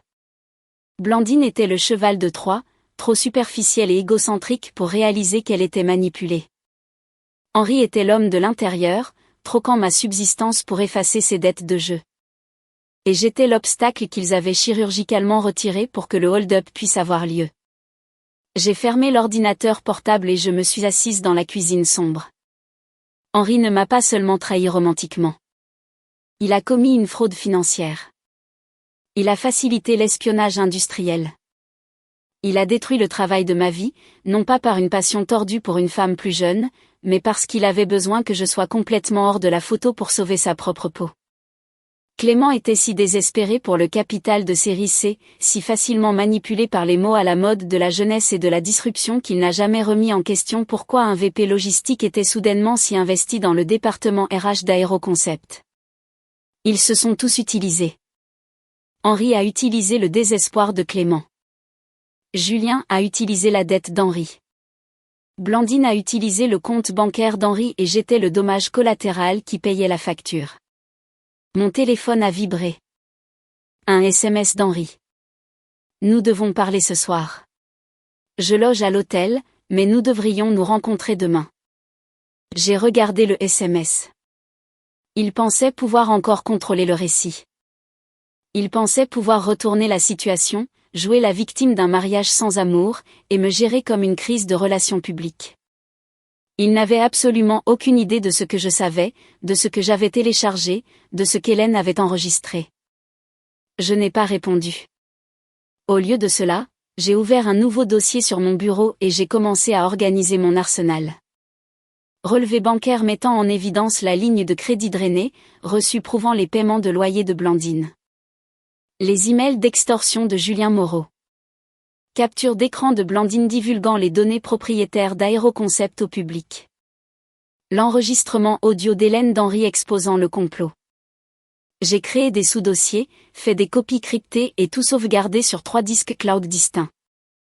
Je ne savais pas encore exactement comment j'allais faire exploser cette bombe, mais je savais que j'avais besoin du levier parce que la seule chose pire que d'être détruite est d'être détruite sans preuve. Vers minuit, je me suis enfin levée. Ma colonne vertébrale me faisait mal, mes yeux brûlaient de la lumière bleue et ma tête me lançait. Je suis montée et j'ai vérifié Hélène. Elle dormait enfin, le visage encore gonflé. Je suis restée dans l'embrasure de la porte longtemps, ressentant une vague de rage protectrice. Son père avait transformé sa loyauté en arme pour protéger sa propre sociopathie. Je suis entrée dans ma chambre principale.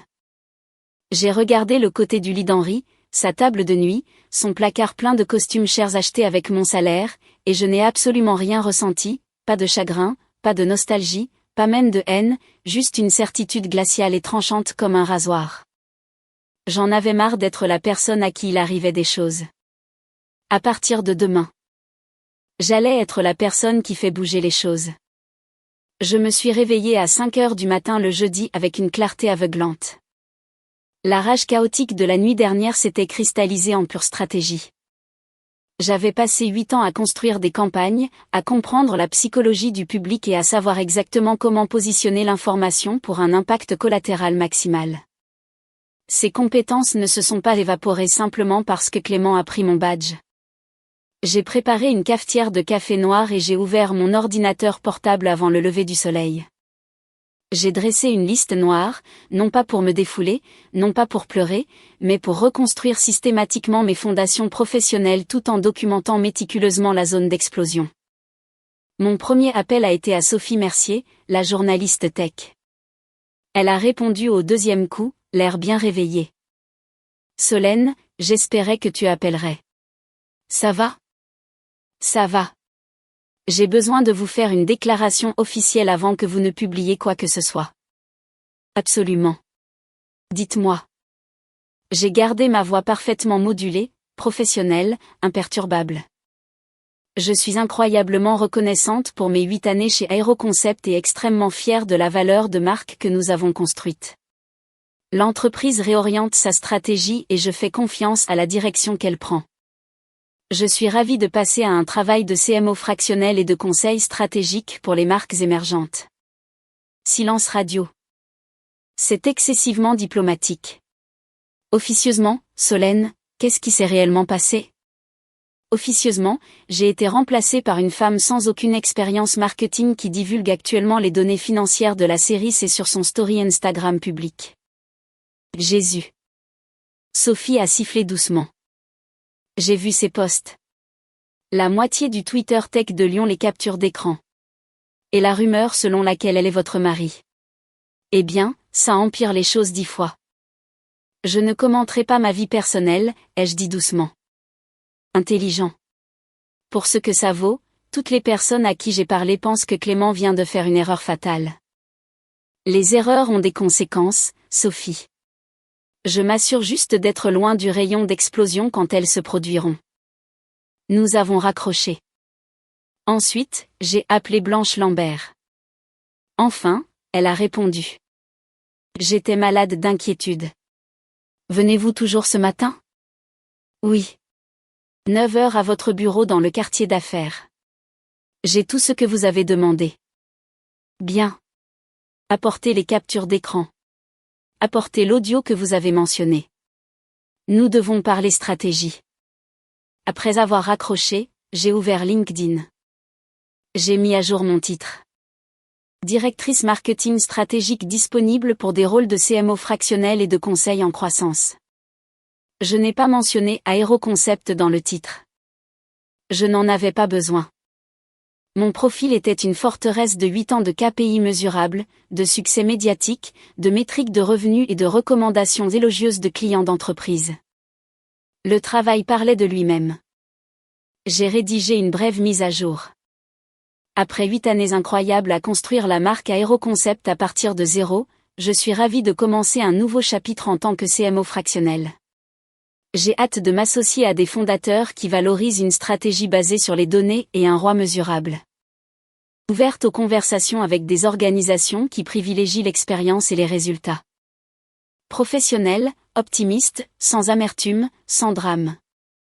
En 45 minutes, ma boîte de réception a explosé, d'anciens fournisseurs laissant des commentaires de soutien, des recruteurs tech glissant dans mes messages privés. 3 sociétés SaaS différentes avec lesquelles j'avais déjà collaboré demandant si j'avais de la disponibilité pour des contrats de conseil.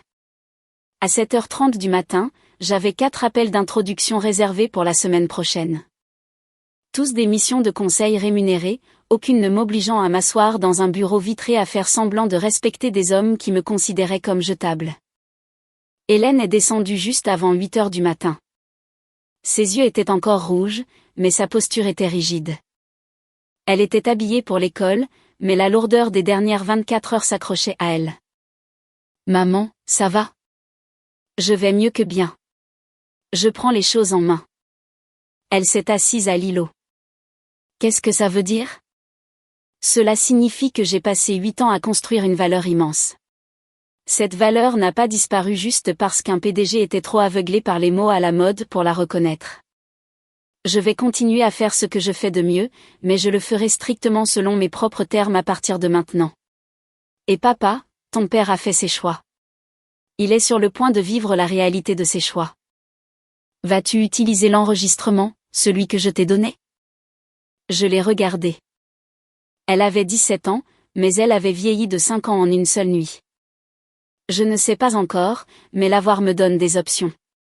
Parfois, la menace de destruction mutuellement assurée est plus puissante que de réellement larguer la bombe. Elle a hoché la tête lentement. Je suis fière de toi de ne pas t'effondrer. Oh, je me suis effondrée, Hélène. Tu ne l'as juste pas vu. J'ai fait une pause. La différence, c'est que j'ai refusé de rester en miettes. Après qu'Hélène soit partie à l'école, j'ai finalisé ma documentation.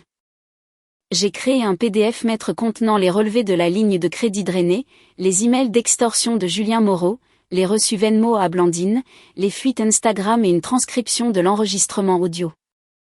J'ai imprimé des copies physiques et les ai enfermées dans un classeur dans mon bureau à domicile, le bureau dans lequel Henri n'est jamais entré car il prétendait que mon travail était trop ennuyeux. À 8h30, je me suis rendue au quartier d'affaires pour rencontrer Blanche.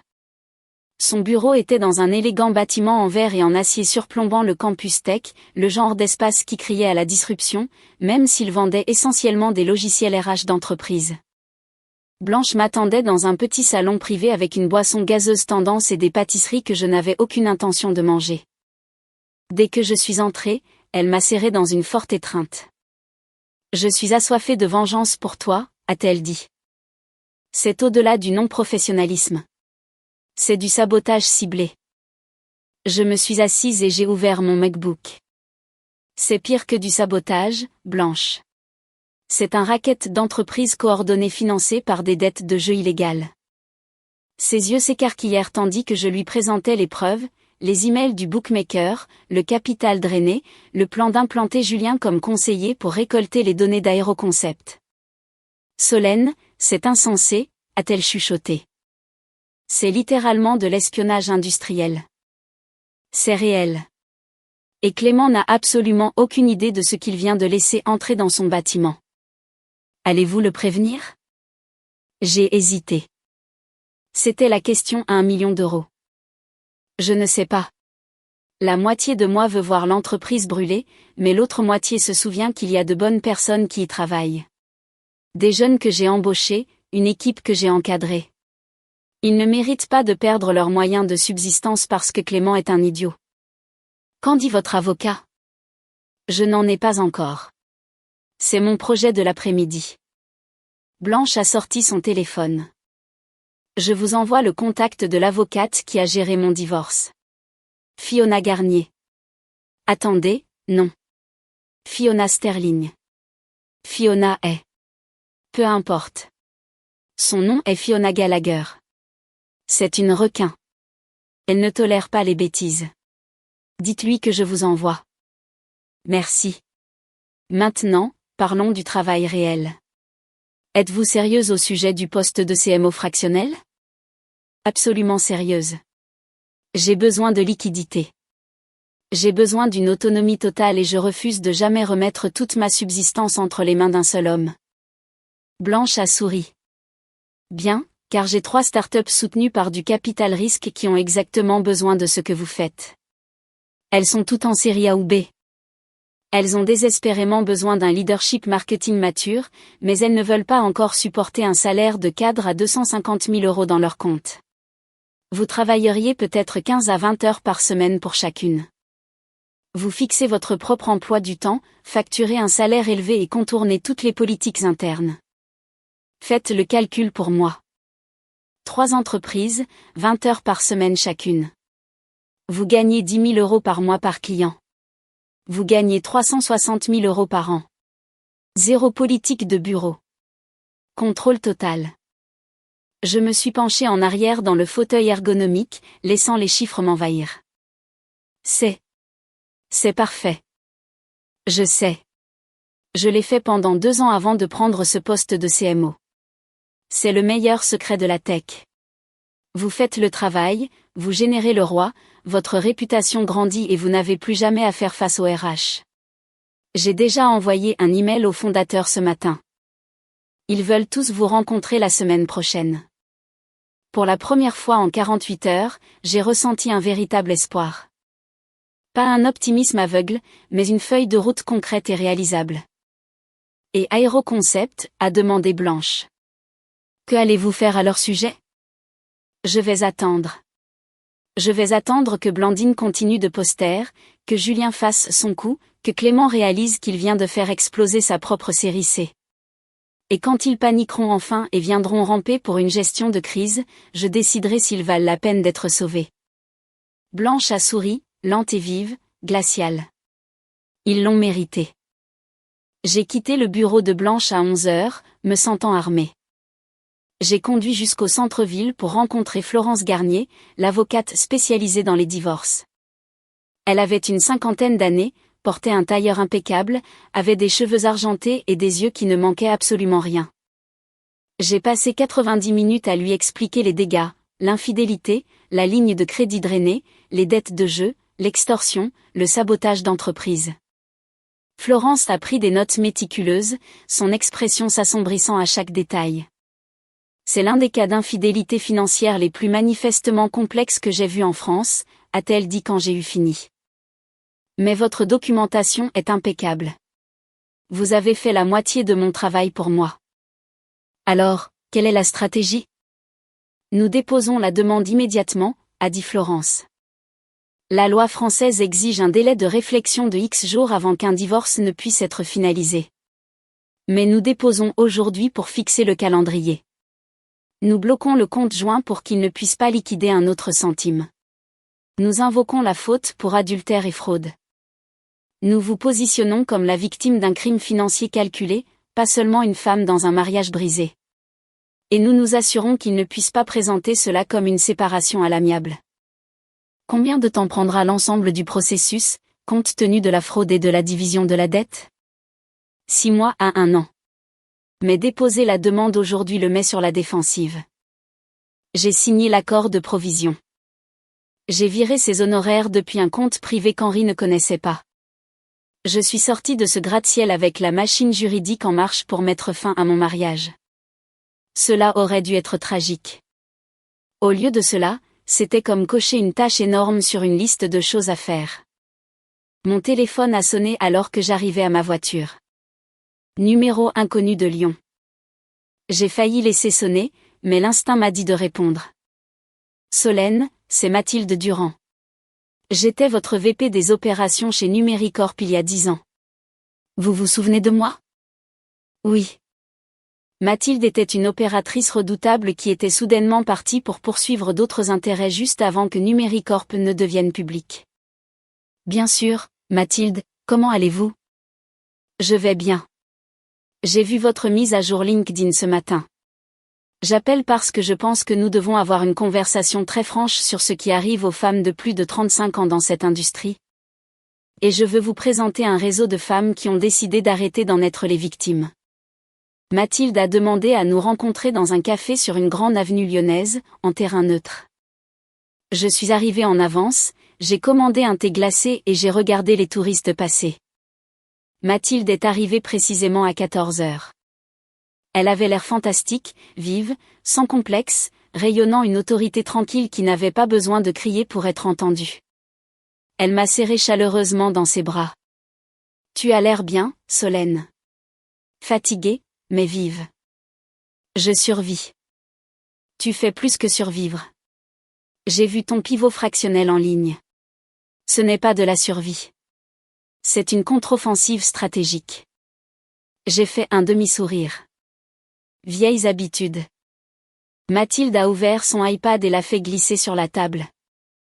Je veux te montrer quelque chose. C'est un réseau secret que je construis depuis 3 ans. Des femmes dans la tech, la plupart de plus de 40 ans, qui ont été discrètement évincées des empires qu'elles ont aidé à construire parce qu'elles n'étaient plus considérées comme « culture fille ». Nous l'appelons le collectif. J'ai fait défiler le portail sécurisé.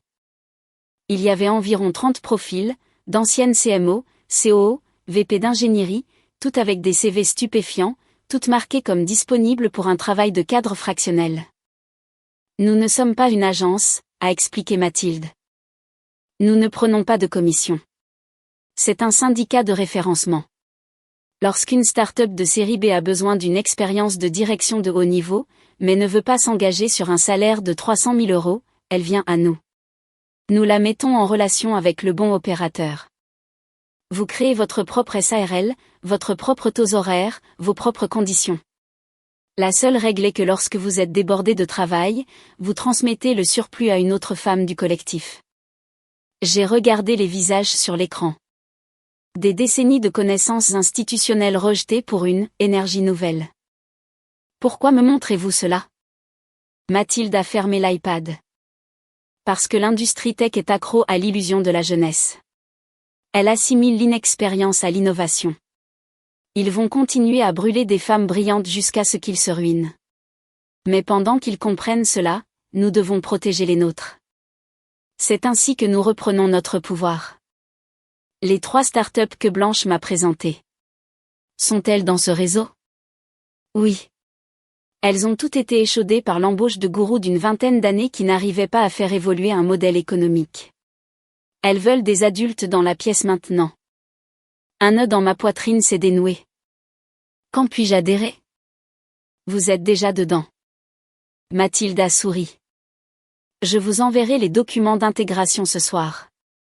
Mais Solène, je dois vous donner un conseil. Pour que cela fonctionne, vous devez lâcher Aéroconcept. Non pas leur pardonner, non pas oublier. Mais vous devez relâcher l'ancre émotionnelle où elle vous entraînera vers le bas. Je ne suis pas ancrée. J'ai tout documenté. J'ai les preuves. Mathilde a levé la main. Je sais. J'ai fait exactement la même chose quand Numéricorp m'a forcé à partir. J'avais des classeurs de preuves montrant ma valeur et leur incompétence. Vous savez ce que j'en ai fait ? Quoi ? Rien. Parce que les preuves n'importent pas aux gens qui ont déjà décidé que vous n'appartenez pas là. Ils ne vous ont pas viré parce que vous manquiez de compétences. Ils vous ont viré parce que votre compétence les faisait se sentir inadéquats. Aucune feuille de calcul ne réglera ce problème d'ego. Arrêtez d'essayer de prouver votre valeur à des gens déterminés à vous mal comprendre et commencez à la vendre à des gens qui implorent votre aide. Ces mots m'ont frappé comme un train de marchandises. Elle avait raison. J'avais été tellement obnubilée par la preuve de la trahison d'Henri et de la stupidité de Clément que je les laissais dicter mon récit. Gardez les fichiers sauvegardés, a ajouté Mathilde doucement. L'influence est bonne à avoir. Vous n'êtes pas obligé de faire exploser la bombe, mais savoir que vous détenez le détonateur apporte la paix. Je suis rentrée chez moi en ressentant un profond changement. Pas seulement du soulagement, mais une véritable et vaste possibilité. Hélène faisait ses devoirs au comptoir de la cuisine quand je suis entrée. Papa n'arrête pas de m'appeler, a-t-elle dit sans lever les yeux. Il dit qu'il a besoin de te parler. Il dit que tu agis de manière irrationnelle. J'ai posé mes clés dans le bol. Penses-tu que j'agis de manière irrationnelle ? Hélène a fermé son manuel. Je pense que tu es effrayamment intelligente. Il veut contrôler l'histoire. Si tu lui parles, il va te manipuler pour te faire croire que c'était une rupture mutuelle. Ne lui donne pas l'oxygène. Quand es-tu devenu si sage ? Quand j'ai vu un adulte me mentir en face pendant 6 mois et que j'ai réalisé que je ne voulais jamais être comme lui. Mon téléphone a vibré sur le comptoir. Un SMS de David Leroy, le représentant de l'agence de RP d'Aéroconcept. Solène, nous avons une situation critique. S'il te plaît, dis-moi que tu peux prendre un appel. C'est un code rouge. J'ai montré l'écran à Hélène.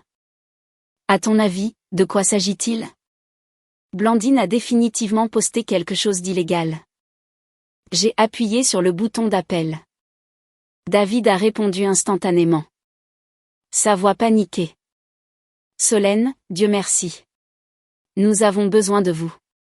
Immédiatement. Besoin de moi pourquoi, David ? Je ne travaille pas là-bas. Blandine a posté un autre TikTok. C'est 10 fois pire. Elle a filmé un vlog Une journée dans ma vie à l'intérieur de la salle de conférence des cadres. Clément était en appel Zoom, présentant la série C'est aux investisseurs sur grand écran. L'ensemble du modèle financier du 4e trimestre, notre taux de désabonnement client et les vulnérabilités du code source en attente de brevet sont totalement lisibles en arrière-plan. La vidéo a été en ligne pendant 4 heures. Elle a 8500 vues. J'ai fermé les yeux, savourant la pure prévisibilité de la situation. Et pourquoi exactement m'appelez-vous ? Parce que Clément fait une crise de panique dans son bureau. Le conseil d'administration réclame du sang. Notre principal investisseur de BPI France a vu la vidéo et menace de retirer entièrement l'accord. Nous avons besoin de communication de crise et vous êtes la seule personne qui sait comment éteindre cet incendie. Je ne suis pas une employée, David. Clément veut vous engager en tant que consultante externe. Tarif d'urgence. Fixez votre prix. J'ai regardé Hélène qui me regardait avec des yeux grands ouverts. Dites à Clément que j'y réfléchirai. Je lui donnerai une réponse lundi. Solène, nous sommes jeudi. L'entreprise est en train de se vider de son sang. Lundi, c'est trop tard. Alors il aurait dû y penser avant de donner les allumettes à une influenceuse, ai-je dit. Lundi, David, c'est ma dernière offre. J'ai raccroché. Hélène a souri. Vas-tu vraiment les aider ? Je n'ai pas encore décidé. Je dois déterminer s'ils valent la peine d'être sauvés ou s'ils doivent apprendre une leçon très coûteuse. Mon téléphone n'arrêtait pas de vibrer. Blanche m'envoyait des captures d'écran de la communauté tech sur les réseaux sociaux qui démolissaient Aéroconcept. Sophie Mercier me demandait un devis pour un article cinglant qu'elle rédigeait sur le danger d'embaucher pour l'esthétique. Camille me suppliait de revenir car le bureau était en plein chaos. J'ai retourné le téléphone face contre terre. C'est ce que Mathilde entendait par « lâcher prise ». Je pouvais passer le mois prochain à regarder Aéroconcept imploser, ivre de ressentiment, ou je pouvais le passer à construire mon propre empire. Cette nuit-là, j'ai ouvert les contrats que Blanche m'avait envoyés pour les 3 postes de CMO fractionnel. 60 heures par mois, 30 000 € par mois de revenus récurrents, un travail réel, résolvant de vrais problèmes pour des fondateurs qui respectaient réellement mon intelligence. J'ai signé les 3 via une plateforme de signature électronique, j'ai viré mes factures d'acompte et j'ai réservé des réunions de lancement pour mardi. Puis j'ai regardé le dossier caché sur mon bureau, les preuves. J'ai pris ma décision. J'allais aider Aéroconcept. Non pas parce que Clément le méritait, mais parce que les jeunes débutants, les ingénieurs, les coordinateurs marketing juniors, ne méritaient pas de perdre leur assurance maladie juste parce que leur PDG était un idiot. Mais j'allais le faire selon mes termes et j'allais les faire souffrir. J'ai envoyé un SMS à David. Je consulterai pour Aéroconcept pendant un maximum de 2 semaines. Mon tarif est de 500 € de l'heure.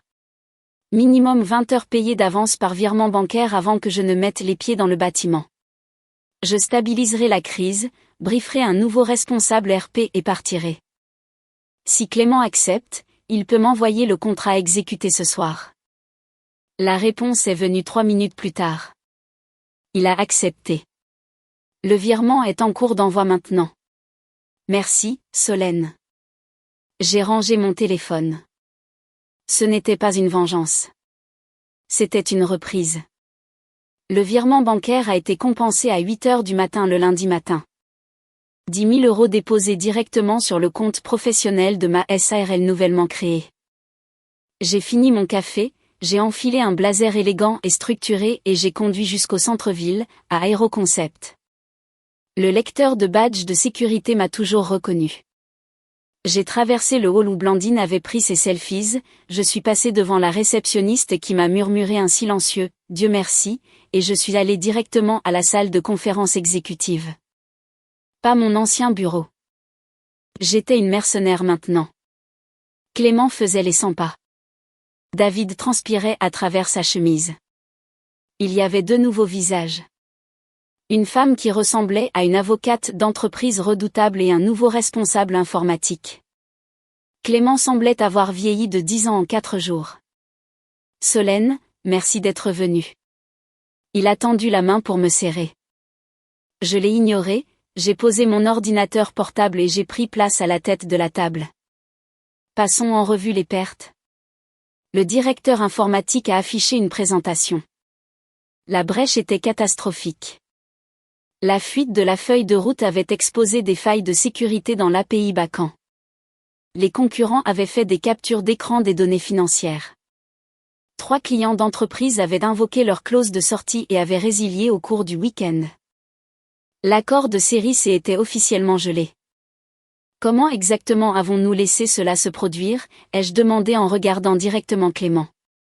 Clément s'est frotté les tempes. Nous avons viré Blandine vendredi, dès que nous avons vu le TikTok. Mais personne ne surveillait ses réseaux sociaux après sa rupture de contrat. Nous avons supposé qu'elle comprenait les protocoles de confidentialité de base. Vous avez embauché une influenceuse lifestyle pour gérer une marque technologique et vous avez supposé qu'elle comprenait la conformité d'entreprise. J'ai laissé le silence peser. Épais et angoissant. De quoi avez-vous besoin de moi?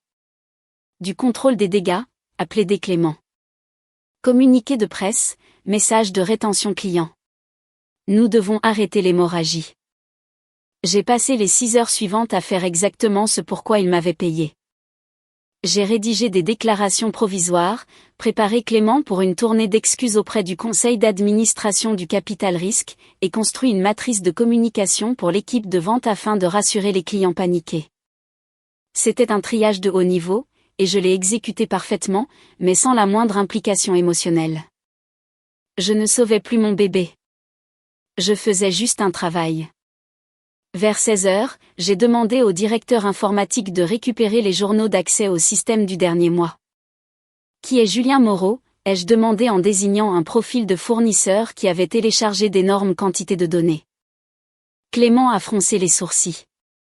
C'est un consultant en croissance. Henri l'a recommandé.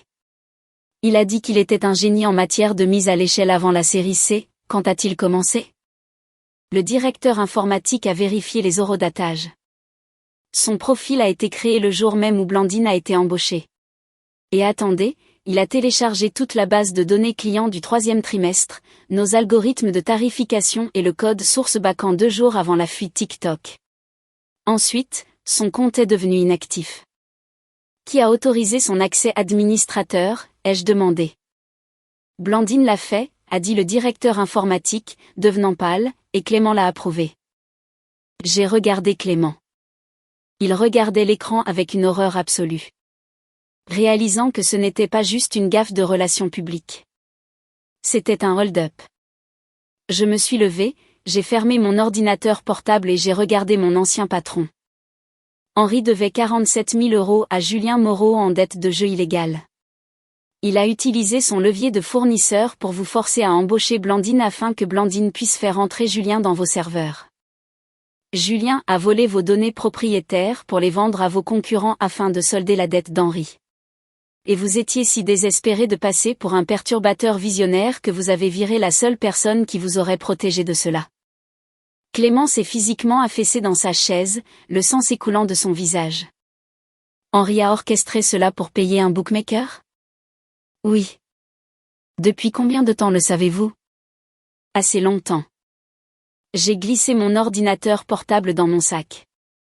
Vous devez engager une entreprise de cybersécurité forensique immédiatement.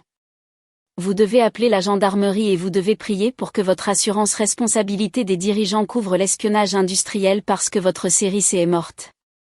Solène, s'il vous plaît. Vous devez nous aider à gérer cela. Nous doublerons votre acompte. Non, ai-je dit, ma voix parfaitement calme. Mon contrat concernait la gestion de crise RP concernant la fuite sur les réseaux sociaux. J'ai rempli mes heures. Je résilie notre engagement avec effet immédiat. Bonne chance, Clément. Je suis sorti du bâtiment Aéroconcept pour la dernière fois. Je n'ai pas regardé en arrière. L'air extérieur semblait plus léger, la chaleur du sud de la France moins oppressante. Je suis rentré chez moi, j'ai commandé des repas gastronomiques pour Hélène et moi, et j'ai ressenti une paix profonde et radicale. Cette nuit-là, après qu'Hélène soit allée dans sa chambre, on a frappé à la porte d'entrée. J'ai vérifié la caméra de sécurité. C'était Henri. Il avait l'air détruit. Son costume était froissé. Sa cravate était partie et il avait l'air vidé. J'ai ouvert la porte, laissant la chaîne de sécurité attachée. « Qu'est-ce que tu veux ? » « S'il te plaît, Solène, laisse-moi entrer. » J'ai décroché la chaîne et j'ai reculé, le laissant entrer dans le hall. Je ne lui ai pas proposé de s'asseoir. « J'ai perdu mon emploi, » a-t-il dit, sa voix brisée. Mon entreprise a découvert que j'avais transféré des données propriétaires d'Aéroconcept à un tiers. Ils m'ont viré pour faute grave aujourd'hui. Pas d'indemnité, rien. Une tragédie. Blandine m'a larguée. Dès qu'elle a été virée d'Aéroconcept, elle a fait ses cartons et est partie à Paris. Elle a bloqué mon numéro. Aussi une tragédie. Julien me menace à nouveau. Il dit que les données d'Aéroconcept n'étaient pas suffisantes pour couvrir les intérêts. Il veut le reste de son argent. Solène, je ne l'ai pas. Je suis fauchée. J'ai regardé l'homme que j'avais épousé il y a 19 ans. L'homme qui était assis dans une salle de réunion et m'a regardé me faire massacrer. L'homme qui a exploité la santé mentale de notre fille pour s'acheter du temps. Je n'ai absolument rien ressenti. Pourquoi me dis-tu cela, Henri ? Parce que je suis tellement désolée. J'ai perdu la tête. Je me noyais dans les dettes et j'ai paniqué et j'ai fait des choix horribles. Mais nous sommes ensemble depuis presque 2 décennies. Cela doit signifier quelque chose. Nous pouvons arranger cela. Nous pouvons aller en thérapie. J'irai en cure de désintoxication pour le jeu, s'il te plaît. Je me suis dirigée vers la table d'entrée, j'ai ouvert le tiroir et j'ai sorti une épaisse enveloppe Kraft. Florence l'avait envoyée par coursier cet après-midi. Je la lui ai tendue. Signe ça. Il a regardé l'enveloppe, confus. Qu'est-ce que c'est ? Des papiers de divorce. Je garde la maison, ma retraite et la garde exclusive d'Hélène. Tu gardes tes dettes de jeu et ce qui reste de ta dignité. Signe les papiers, Henri. Il a commencé à pleurer. De vraies larmes laides. Solène, s'il te plaît. Tu ne peux pas faire ça. Je n'ai rien. Tu pensais pouvoir m'effacer, ai-je dit, ma voix froide et absolue. Tu pensais pouvoir drainer mon capital, voler ma carrière, financer ta petite amie et t'en sortir indemne. Tu as parié contre la mauvaise femme. Signe les papiers et sors de ma maison. Il m'a regardé, cherchant sur mon visage un éclair de sympathie ou même de rage. Il n'a trouvé qu'un vide. Il a pris l'enveloppe, s'est retourné et est sorti. J'ai verrouillé le loquet. Je ne me suis pas sentie victorieuse. Je ne me suis pas sentie vengée. J'ai juste ressenti une paix incroyable et merveilleuse. Le divorce a été prononcé 6 mois plus tard. Henri n'a pas contesté les termes. Il ne pouvait pas. Avec la menace d'une enquête fédérale pour espionnage planant au-dessus de sa tête concernant l'affaire Julien Moreau, il a discrètement renoncé à ses droits sur la maison et a disparu. Aux dernières nouvelles, il vivait dans un appartement bon marché à Clermont-Ferrand, travaillant dans la vente interne pour une entreprise de fourniture de bureaux, ses salaires étant saisis par le fisc. Aéroconcept a survécu, à peine. Le conseil d'administration a forcé Clément à démissionner de son poste de PDG. Ils ont fait venir une dirigeante expérimentée, une femme d'une 50aine d'années, pour nettoyer le désordre. Ils ont finalement levé une extension de série B, mais la valorisation a été divisée par 2. Blandine est retournée poster des recettes de matcha. Son nombre d'abonnés est tombé à 180 000. Parfois, quelqu'un dans ses commentaires évoquait le désastre d'Aéroconcept, mais Internet a une mémoire courte et elle est retombée dans l'obscurité générique des influenceurs. Quant à moi, ma vie s'est épanouie d'une manière que je n'aurais jamais cru possible. Le collectif de reconstruction a grandi. Ce qui avait commencé avec 30 femmes en est devenu une centaine. Nous sommes devenus le réseau secret de référence pour les capital risqueurs qui avaient besoin d'adultes compétents pour réparer les dégâts laissés par des fondateurs inexpérimentés. J'ai gagné 400 000 € ma première année en tant que CMO fractionnel, travaillant 30 heures par semaine strictement selon mes propres termes. Hélène a commencé sa première année à l'Université de Lyon. Elle vivait sur le campus mais rentrait tous les dimanches pour dîner. Nous avons reconstruit notre relation sur une base d'honnêteté brutale. Elle est allée en thérapie pour gérer la manipulation de son père. Et je suis allée en thérapie pour apprendre à désolidariser mon estime de soi de ma productivité professionnelle. Un samedi matin, exactement 1 an après cette désastreuse réunion générale, j'étais assise sur mon patio arrière à boire du café. Mon calendrier de la semaine était parfaitement équilibré. 3 appels stratégiques, 2 blocs de travail en profondeur, un déjeuner du vendredi avec Mathilde et le collectif. J'ai pensé à la femme que j'étais il y a 1 an, assise dans ce SUV étouffant, pleurant une entreprise qui ne m'aimait pas en retour. J'aurais aimé lui dire que tout perdre était le plus grand cadeau qu'elle ait jamais pu recevoir. Le feu a brûlé l'illusion, mais il a laissé la fondation intacte. Je n'avais plus besoin d'un bureau d'angle. Je n'avais plus besoin d'un PDG pour valider ma valeur. J'avais construit un empire de ma propre conception, et cette fois, personne ne pourrait jamais me l'enlever.